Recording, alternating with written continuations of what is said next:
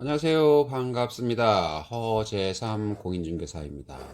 제가 오늘 준비한 영상은 2021년 6월 1일부터 시행 중인 전월세 신고제 후유증으로 월세는 안 올릴 테니까 관리비를 올리자며 꼼수로 진행하는 집 계약이 성행한다는 내용입니다. 또한 임대인들이 상생 임대인 혜택을 계속 받으려고 월세를 올린 후 다운계약서를 요구하기도 한다고 합니다. 과연 임대차 계약서 작성 시 무슨 일이 벌어지는 것일까요? 상세히 알아보겠습니다. 본격 영상 시작 전에 구독과 좋아요 부탁드립니다. 새로운 영상으로 보답드리겠습니다. 이른바 빌라왕 등의 전세 사기 피해가 잇따르는 가운데 이사철이 가까워지면서 부동산 시장에선 전세보다 월세를 선호하는 임차인들이 증가하는 추세에 있습니다. 또한 전세자금 대출 이자도 급격히 상승하면서 전세는 점차 사라져가는 대신에 월세가 점점 증가하는 추세입니다. 하지만 이런 점을 악용하여 일부 임대인들이 보증금이나 월세를 올리지 않는 대신에 관리비를 크게 높여받거나 다운계약서를 요구하는 경우가 잇따르고 있습니다. 특히 부동산 계약 경험이 적고 종잣돈이 부족한 사회 초년병이나 청년들이 이런 꼼수의 피해자가 되는 경우가 많습니다. 지난 2021년 6월 1일부터 전월세 신고제가 시행됐습니다. 이 제도는 보증금 6천만 원이나 월세 30만 원을 초과하는 주택 임대차 거래는 지방자치단체에 임대인, 임차인이 의무적으로 신고하도록 한 제도입니다. 최근 월세 수요가 증가하자 세를 올려받고 싶어도 전월세 신고제 때문에 신고를 회피하려는 임대인들이 월세 대신 관리비를 올리고 있습니다. 온라인 부동산 중개 플랫폼을 방문해 보면 원룸 월세는 20만 원대인데 관리비는 별도로 15만 원에서 20만 원이라고 올라와 있는 경우를 어렵지 않게 볼 수 있습니다. 물론 전기요금과 도시가스 요금 등의 공과금은 본인이 별도로 내야 합니다. 이러한 경우는 주로 대학가 주변 원룸 등에서 많이 찾아볼 수 있습니다.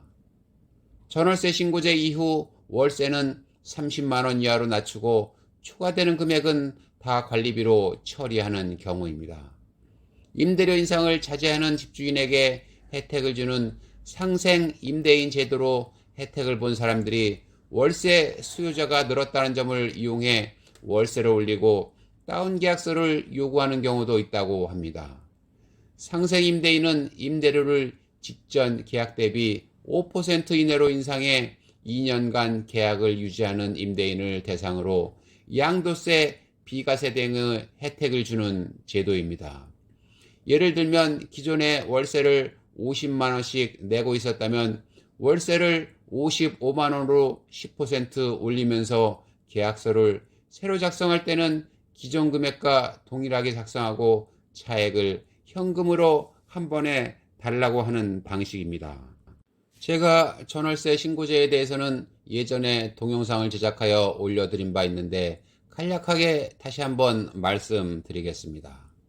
2021년 6월 1일부터 시행 중인 전월세 신고제는 임대차 계약 시 계약 체결일로부터 30일 이내에 보증금 6천만 원 초과, 월차임 30만 원 초과분에 대하여 임대 보증금이나 임대 기간 등의 상세 계약 내용을 신고하는 제도입니다. 임대인, 임차인 양 당사자가 신고 의무자이며 일방이 신고 시 상대방에게 신고 접수가 되었다는 통보를 해줍니다. 기한 내에 신고하지 않으면 100만 원 이하의 과태료를 부과합니다. 단 2023년 5월 31일까지는 계도기간이라 신고를 하지 않더라도 과태료를 부과하지 않습니다. 과태료를 부과하지 않더라도 신고 대상 거래일 경우 신고는 해야 합니다. 온라인과 오프라인 신고 모두 가능하며 오프라인 신고 시 전월세 신고, 전입신고, 확정일자 부여를 한꺼번에 할 수 있습니다. 여기서 하나 주의하실 점은 계약 체결 후 30일이 넘어서 입주할 경우에는 전월세 신고를 30일 이내 먼저 하고 전입신고는 나중에 따로 해야 합니다. 신고 대상 지역은 수도권과 광역시, 세종시, 제주도 전역과 도지역의 시 지역은 모두 신고 대상이지만 경기도를 제외한 도지역의 구는 신고 대상에서 제외합니다. 제가 오늘 준비한 영상은 여기까지고요. 저는 다음 시간에 새로운 영상을 가지고 다시 찾아오겠습니다. 감사합니다.